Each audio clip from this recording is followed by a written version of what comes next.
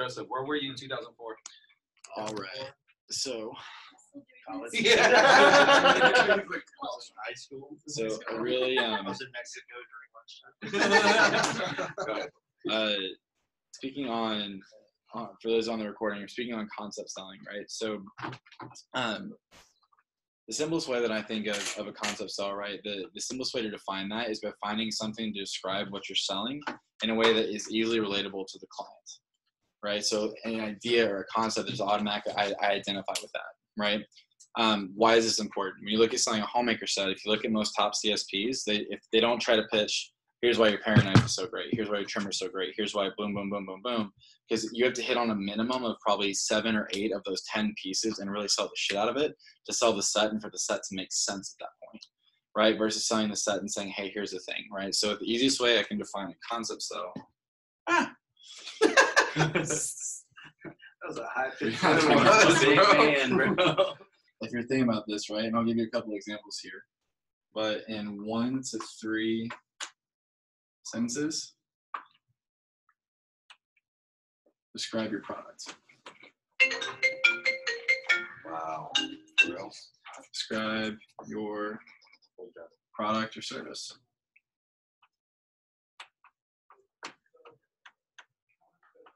All right. 1 to 3 sentences. So for example, on something as simple as a homemaker set, y'all have all heard me, those of you that worked with me before, you've probably heard it, but it's like, this is our basic set. It's a 10 basic tools every kitchen needs, 8 of our everyday table steak knives. It's #1 set sold in North America for the last 35 years. Right? Automatically, if you have no idea what Cutco is, you're like, cool, I know what that one is, right? A family set, a signature set is our most requested set because it includes our 4 best sellers as well as the basics. Here's what they are. Boom, boom, boom, boom. You get those 4 plus that. Complete set's the one and done set, all of your barbecue, paring, chopping knives, cleavers. Most will get that set. They love to cook, they love to entertain, or they just enjoy the peace of mind of knowing they always have the right tool for the right job. Exactly right. Frankly, working probably the most anyone in this room, right? Why is that important when you look at those things? What are the keynotes on that particular area? What are we selling in that section? People that love to cook, okay, that's cool. I identify with that. People that love to entertain, oh, I like having friends and family over. Right tool for the right job, I just don't want to worry about it, right? And all of a sudden, it's like, cool, I gravitate towards that one. When you start to introduce those concepts, instead of saying, yeah, well, here's the amazing thing about these 6 pieces that don't come in any other set, all of a sudden we're saying, no, like, here's an idea that I resonate with, that I want to fully embody and want to go after that, right? One thing that people have asked before, like when you think about a Cutco kitchen, right? What are the 3 components of a Cutco kitchen? You get your knives, your flatware, your cookware, right? The idea of a Cutco kitchen is a concept. When people ask like, hey, how is it that, like, how do I sell more of those? It's simple. It's like, it's one high quality. It allows people to downsize to one really good, high quality American made set and get rid of all the junk that just clutters up their drawers over the years. Oh, like, boom. Okay. Wow. That's amazing. Like that idea, that central concept, whatever that is, right? So when you're struggling with something, whether it's with gadgets, whether it's with like a flatware package or cookware or anything like that, like Saito was asking about, finding that core essence, whatever that is, that 1 to 3 sentences that fully describe whatever that thing is and saying, cool, that's what, like, this is that. How do I convey that to the client in a way that's relatable, right? Okay, product or service. 2, make it relatable.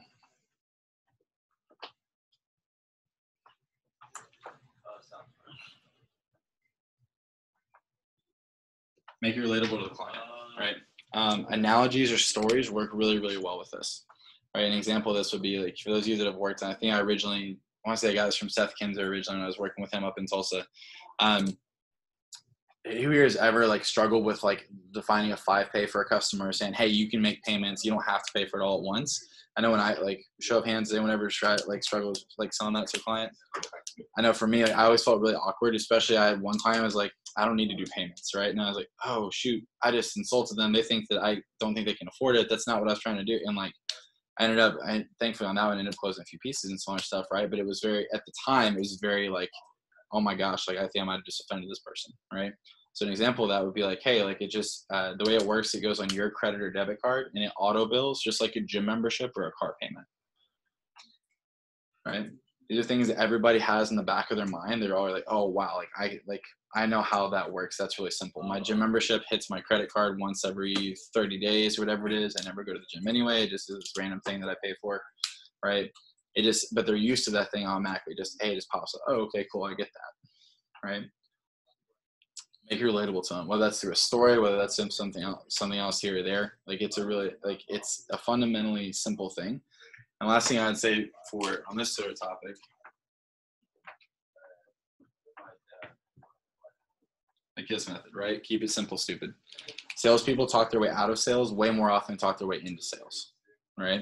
So once you have that concept, once you have that core tenet that you've hit on with that client, once you're in rapport with them, once everything else is going well, once you've hit on that, then leave it alone.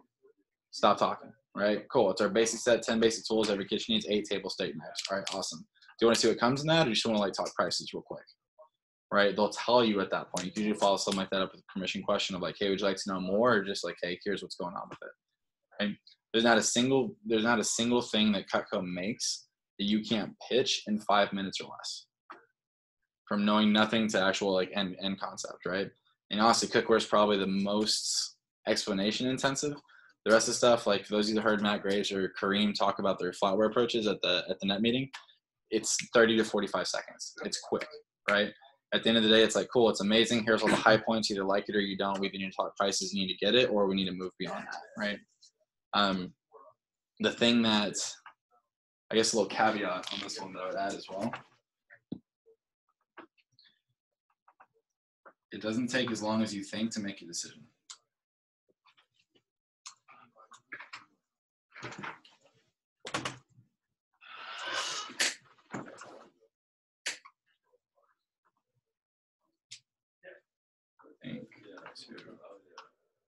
Make a decision.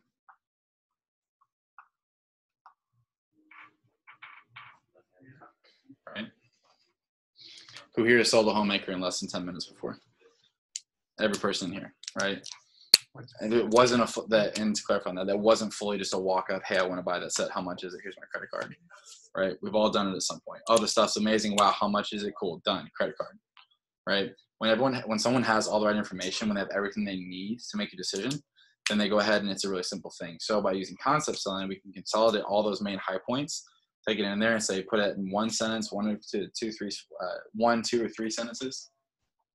Describe the product or service, make it relatable to them with a story or through an analogy. And at that point, just keep it simple. Keep it moving, right? A great way to reaffirm that from the customer is say, hey, does that make sense? Right, cool. So, hey, does that make sense, right? Auto bills like a gym membership or car payment. Does that kind of make sense? Yes, it does. Okay, cool. Boom. Next thing. Asking questions like that will allow them an opportunity, if they're uncertain of something, to actually bring that up and ask that of you. Right. But for the most part, these are very simple things that people are inherently like intelligent for the most part. Right. Like they just kind of get it. Right. It's not like, it's kind of like whenever you do your cutting. Most of us have started to move away from full on, like cut all the food, do all the things like we did when we were first reps. It's the same thing now. Concept, proof of concept, close. All right. Here's what I'm saying. Here's proof of it. Have you ever priced it? And then like now we're working in injection cycles and actually pricing the stuff and closing it. So that makes sense. Cool. Just using on you guys. That's kind of cool there. Right. What questions do we have around concept selling? Pretty simple. Is there any particular product that someone here is struggling to concept sell? Is there certain phrases that you should try to avoid when concept selling? Because you did say that salespeople typically talk themselves out of a sale. Have you found in the past that there's been a certain pattern that certain people do that leads them to talk themselves out of a sale? That's pretty common. That's a really good question. So I think that the number one enemy of concept selling is being overly specific. Right. And so when you think about that, like, it's not just this basic set, well, has this, like, no. You stay at 30,000 feet. This is what it is. Here's the information. If you want to go deeper, want to get closer, we can do that, but like, stay up here. Right. That's a really great point. The more specific you get about that one thing, then the more they're going to focus on whatever you're diving the most and spending most energy on. Right. So if your focus is on packages and sets and package deals, and what they're going to be considering those package deals and sets and everything else comes with that. The moment you start to dive in and hardcore selling on individual pieces or individual items or specific aspects of that, they narrow their focus and they start to not be able to see the forest for the trees. Right? Does that make sense? Yeah. It's like, for instance, we're selling a gadget package and you sell the shit out of an ice cream scoop, right? Pardon my French, but you sell the crap out of an ice cream scoop. well, they're really, really excited about that ice cream scoop. Cool. You just sold an ice cream scoop, right? Versus saying, yeah, the ice cream scoop's amazing. You drop an ice cube in, it melts at room temperature. The same way this does this, every single one of our gadgets is best in class quality and guaranteed forever. You can make it relatable, but the moment you dive in hardcore and hard sell any one thing, then they immediately they focus on that, right? Doing this, by the way, also allows you to work in and out of packages very quickly and very easily. So when you talk about a package progression and going from A to B to C to D and like knowing where you're moving, it allows you to do it very easily. The mark of a great salesman is their ability to sell someone on a product and also sell someone off of that exact same product moments later based on new information they just got. Right, so if you watch someone like a Jason Jeffrey, like Jason can do an ultimate upgrade and then literally turn around after pitching them on the whole thing, and they're like, oh yeah, really, I don't think that's a good fit. Like, yeah, actually, you know what? Like most of our clients don't actually end up getting that. Most of them do this instead, right? And he'll transition. He can, like, I just spent 15 minutes pitching you on why you should buy this thing, and then based on what you just told me, no, now we're going to pivot. We're going to go over here this way, right? Well, that's like a cheese knife and something with Chantoku cheese or traditional cheese. What were you going to say, Cheyenne? Yeah. It's like, I don't know, I just have a realization. I do that all the time. Mm-hmm. It's awesome. It's like, yeah, you don't need that. It's like, oh, you have like 4 kids. Yeah, you definitely don't need a homemaker because it's too small for you. Let's look at this instead, based on what you're telling me. Exactly. Right. And at that point, we're moving away from being just a salesperson and more in like a consulting role. Right. And within that, like, hey, based on what you're telling me, that new information that's coming up, you can actually move very easily within those things. One thing I've told a few different of my mentees is like it takes just as much energy, effort, and attention to detail to sell a paring knife as it does a homemaker. All right, and when you start to fully embody that and realize that, it's amazing because you see people like their average order starts to shoot up. They start to add on bigger and bigger things. Like if you look at an example of this, if you look at my most recent term, it's on my mind. I actually just did a bunch of data analysis on this, so a lot of these stats are fresh. Of the 8 days I worked out at Fort Bliss and then 20 some orders for, over $1,000 average order, I don't think I had a single one-piece order on the entire thing, right? Because and fundamentally this requires a mindset shift. I'm doing my customer a disservice by selling them one knife. Where for $90 a month for 5 months total, they can get all 5 pieces. It's better for them. It's better for me. It's a win for everyone involved. Like they get more Cutco, I make more commission. Like they get a better deal. Everything is better. It's actually my favorite line to tell a customer. Yeah. They get one knife, I'm like, hey, I'm actually doing you a disservice because what's going to happen, you're going to use this 900 times a year. You're going to call me back, tell me that's dull. You're going to complain, so it's better to get a set. Absolutely. Sorry. Good job. No, good job. I need to write something down so I don't forget to mention it because I think it'll help everybody. Yeah, for sure. So it's when you start to really I think that one of the big parts of concept selling is not just selling bigger, but it's realizing like you actually fundamentally are like, it's a waste of everyone's time, energy, effort, and money to sell them a single knife. It's so dumb, right? Your out-of-pocket cost is the exact same today if you go ahead and do 5 total pieces on a 5 pay over 5 months. At minimum, do a 3 pay. But even on that, it's just like your discount's not as good. You can get more product for a lower price, and like everything works out better if you're able to do this over here, right? And we start an example of this, like a galley plus 6 is like $199 a month, like $200. They can buy 2 knives, or they can get 13 total pieces plus a block, plus a sharpener, cutting board, everything. And if you throw in something for free, they're getting like 17 total pieces of Cutco for the same price today as 2 knives. That's not even close. That's a no-brainer at that point, right? And just about finding the right fit for somebody. Didn't quite hit my, I was 7 minutes early. That's cool. Yeah, vector time. Hey.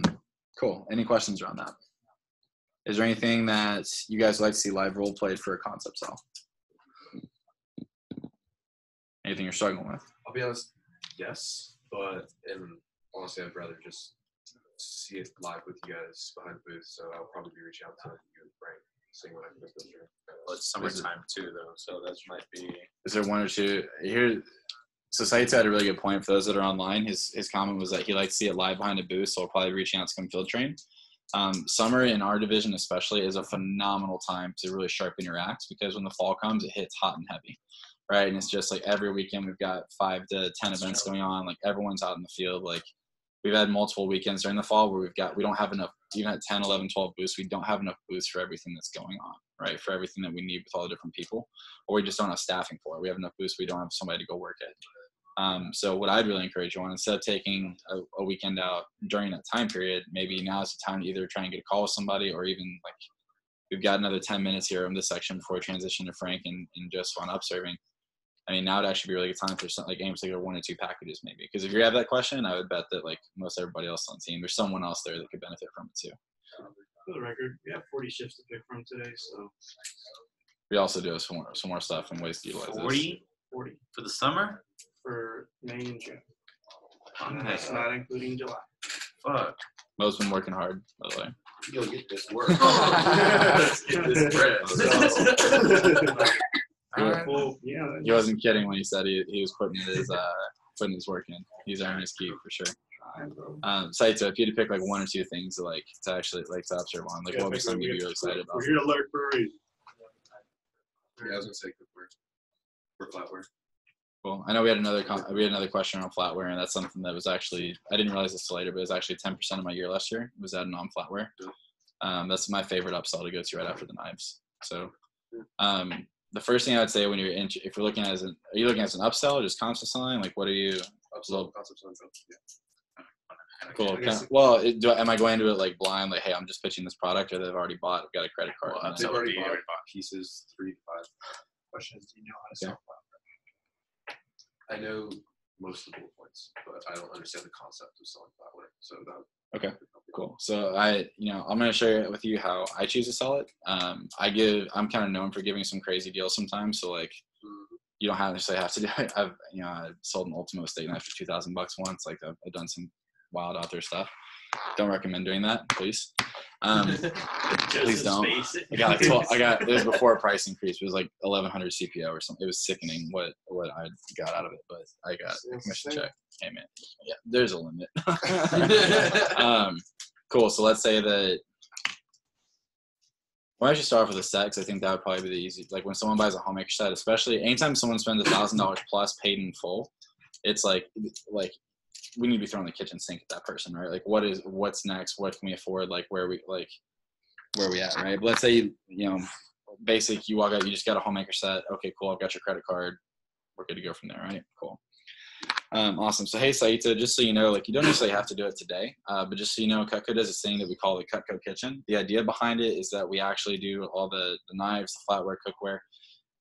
It's all handled by one American-made company that's guaranteed forever and best-in-class quality. It allows people to downsize to one really good, high-quality American-made set. So even if you don't end up doing the entire thing all at once, when you bundle any 2 of the 3 packages together, you get that's when the discounts get like really ridiculous at that point, right? I'm gonna say the most popular option, the biggest discount we have on the table is actually the flatware. I mean, how's your flatware situation at home? Oh, we already have a ton of good flatware. You have a ton of good flatware? Okay, cool. Let me ask you this. Is your stuff guaranteed forever? Like, are you absolutely in love with it, or are you just kind of like, meh? Yeah, we were just kind of getting about stuff we got since we were married, but Gotcha. it's nice. Okay, cool. Well, I'm going to say, I mean, if it's just kind of meh, I mean, don't you think you deserve to love everything in your kitchen? Yeah. Awesome. Well, can I tell you a little bit more about ours? Absolutely. Cool, man. So it's 1810 stainless steel. It's some of the highest quality products on the market today. We made ours a little bit more lightweight intentionally. It's really heavy flatwares. They slide down in your food or they send your food flying. So even though ours is a little bit more lightweight, it's actually, I'm not going to break a pen here, but I'll actually push against it in front of them. Like it's actually really, really heavy duty, right? So I don't want to say it's impossible to bend on the ice cream, but like it's really, really tough. The great thing about ours is we've committed to never changing this pattern. Oneida in particular is really notorious. They'll change their pattern up every few years and reintroduce something new. And discontinue the old stuff. So what happens over time is that you go back to buy a few more forks, a few more spoons. You have to buy the whole set all over again. And over the years, you end up with this really embarrassing hodgepodge whenever friends and family come over, right? With us, you can buy individual pieces, place settings. You want to add on more or replace something. It's also going to match yours down the road. It's guaranteed forever the exact same way the knives are. So if the spoon ever gets a little banged up in the garbage disposal, don't worry, just send it back. We'll take care of it for you. And my personal favorite thing is that these table knives actually cut, right? So do me a favor, take this. Wow, that's awesome, right? Now we do service for 12, 24, or 36. How many place settings would you have a need for? Probably 12. 12 won't be okay? All right, awesome. Now, here's the thing, Saito. Like, of course, Cutco, I told someone the other day, Cutco doesn't know the meaning of the word cheap. This is no exception. So normal retail, I don't know if you've priced out 1810 stainless flatware before. It normally retails somewhere between $200 to $350 for place setting, depending on where you get it from. Cutco's normally finds right along in line with that. It's normally about $200 a place setting. So normally for the 12 set would be $2,400.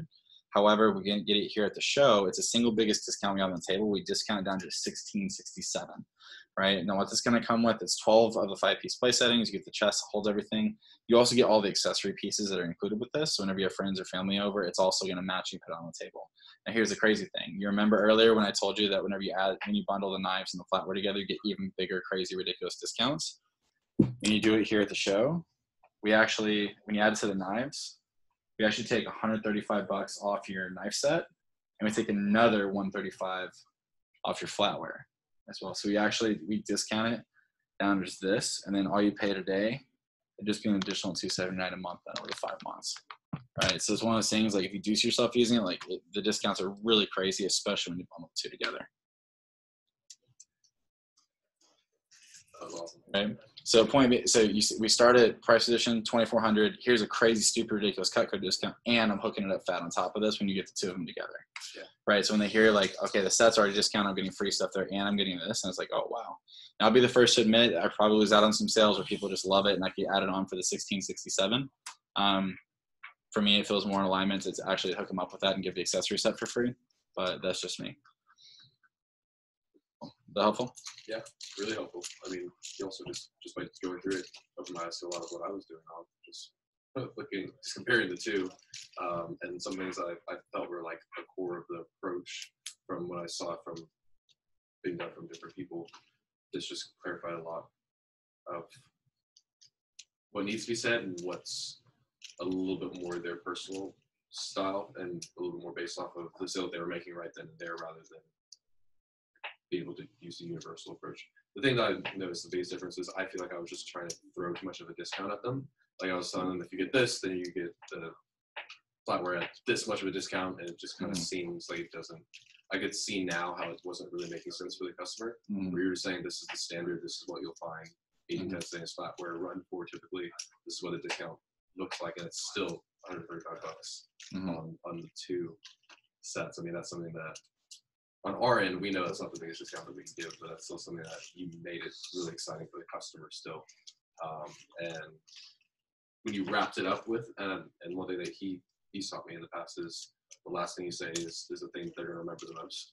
The last thing you ended it with is it's just $279 more on your order each month. I was just like, that's what got me to kind of start laughing. I was just like, yeah, that's what stuck. So I liked it. I liked it a lot. Well, you know, y'all don't have to.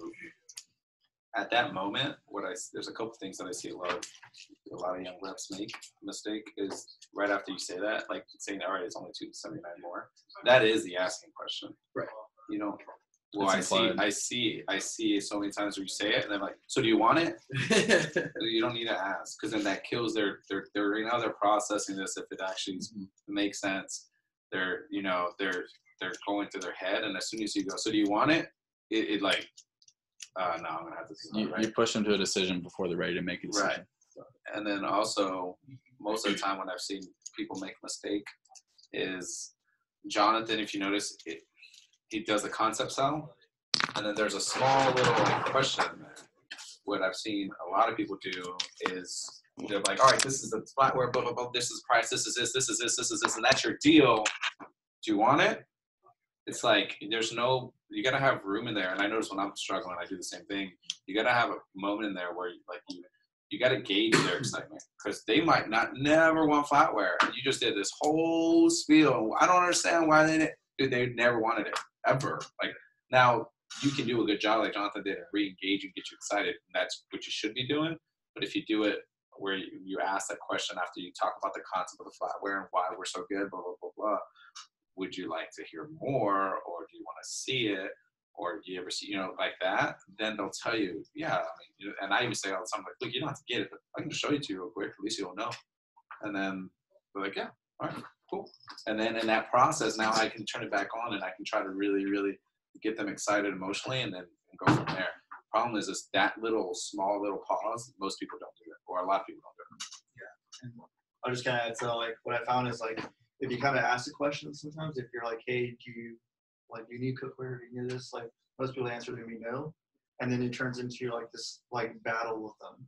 So I would just say something like, hey, most people, they never hear about this stuff, or they get mad at me because I never tell them about it. So can I tell you about the flatware real quick? And everyone's like polite enough to say, yeah. And then you pitch it. And then you do the whole thing. You're like, hey, by the way, let me show you the cookware. This is like, we're 2/3 of the way. I got one more thing we show it to you. And then you can ask those like buying questions. And you go back to the concept selling what Jonathan was talking about earlier, where you can say 1 to 3 phrases. And if they're not sold on it or you don't seem engaged, then like you don't have to spend all your energy on there. So that way you're able to cover everything. And then what if you guys are doing a good job on your email marketing, you'll get a random order for flour, a random order for cookware, because you sold it to them at that time, but maybe they weren't ready for it. So think of when you're pitching somebody, think of more like a long-term business that maybe they don't get it today, but they'll get the Ferrari one day. You know what I mean? So that being the whole kitchen. Exactly. And once you to piggyback all what Chris was saying too, you'll start to see it as you go on. Like people will start reaching out and asking you about, hey, what's the deal with that upgrade? Right? Hey, what about the flatware? Is there a special on that? Right? And they'll start to ask those questions on bigger packages instead of being like, oh, the piece of the month, the cheese knife. Like, bro, I want a cheese knife. Got the perfect example. Yeah. Vegas. So Siggy, so like this 80-year-old man with a cane. Nobody wants to talk. Opening this booth in Vegas at the show I did, and he came up, and I was like, hey, sir, and I was still finishing up, but I was almost first done. Yeah. So I was like, yeah, man, you whatever. He's like, I don't need none of that. So it's like, all right, cool. Well, just to let you know, and I threw the hook out, right, and I'm just about. And then he asked a question, and I said something, and I was like, yeah, well, if you want to see, if you are in the market or perhaps in the market, I got 2 edges for you. I'd have to show you. And he was like, yeah, show me. And then a Siggy with steak later, he fucking sat down, and Connor and Wesley were like, what the fuck? And it was just like, and his buddy was in a wheelchair, just like a little zoom wheelchair, and he's over here walking with a cane, dude, old as fuck. And it was awesome. But when I did it, and I explained the concept, like, oh, by the way, our complete set, if you want to see that you're only, you could do this now, or you could do it later. He called me back, I don't know, 4 days ago, and I was saying, me and Cheyenne were going to set up the volleyball tournament on Friday. Yeah. He was like, hey, man. I was like, hey, I bought from you guys a gift service. So David, I remember who you are. He was like, you and your buddy in the wheelchair. He's like, yeah, you're going to help him out? I was like, yeah, sir. I sent his buddy a shipping label because David bought a Siggy because he had Cutco, right? And so he was like, you said I can adjust my order. And I was like, oh, fuck. I was thinking negative. And then he ends up saying, no, I think me and my wife love him. Let's just go ahead and get the big set. And I was like, dope, man. I was like, yes, sir. You going to be home later? Yes, sir. I'll call you later. So just planting that seed, literally within like a week and a half, he only got his knives for like 2 or 3 days. He wanted to go from the Siggy to the Ultimate. And then I called customer service. We 3-wayed it. It was dope. I paid like $300, $400, whatever. Sick. But just like that whole concept, planting the seed, it happens quick or it takes a while sometimes. But yeah, that was dope. Excellent. Super cool, man. So point being, in recap, 1 to 3 sentences that describe what's going on. Make it relatable in some way. That's usually just 1 to 2, like a half little blurb, whatever it is, that they automatically like know what's going on. Keep it simple, right? And then it doesn't take nearly as long as you think to make a decision. Even like to us, while making like thousands and thousands of dollars, like holy crap. Like I sold a kitchen this past week that literally was like, it was make a decision on the knives, easy, credit card, cool. You went out on the flour, discounts are bigger. Hey, just so you know, you're 2/3 the way there. I know you mentioned you guys want to redo the kitchen anyway. Not legitimately, like less than a minute on the cookware. She interrupted me and goes, cool, well, how much is the big one? How much is the big set then? Like, wait, what? Like, this was so simple, right? Yeah, she ended up going with one like right below that, but it was like, all right, let's just talk price. Like, I'll let you know. Make sense?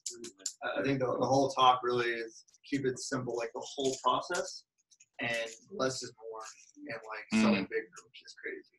Really, there's questions. So like when you ask a question, I compartmentalize it, or like I throw the interest, the 1 to 3 seconds out, and then gauge reaction. That's the biggest problem is most people don't gauge reaction. They're looking down. And like if you ever watch Curtis work, he's constantly with the customer. Like he'll say something and he'll cut, but he's always gauging their physical reactions, their everything, how they talk, they'll step back. Like your customers tell you so much information if you just look at them. Half the time we're doing this. Yeah, let me show you this knife. And then let me show you this knife. Like you spend most of your time looking at your display board versus engaging with your client. And just treat them like, and then just pay attention to what they're doing.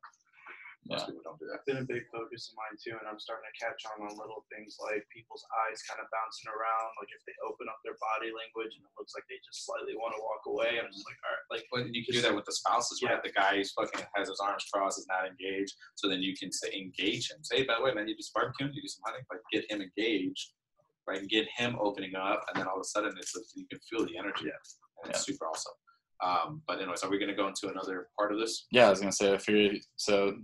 Thanks, guys. Appreciate that. I'm gonna go ahead and.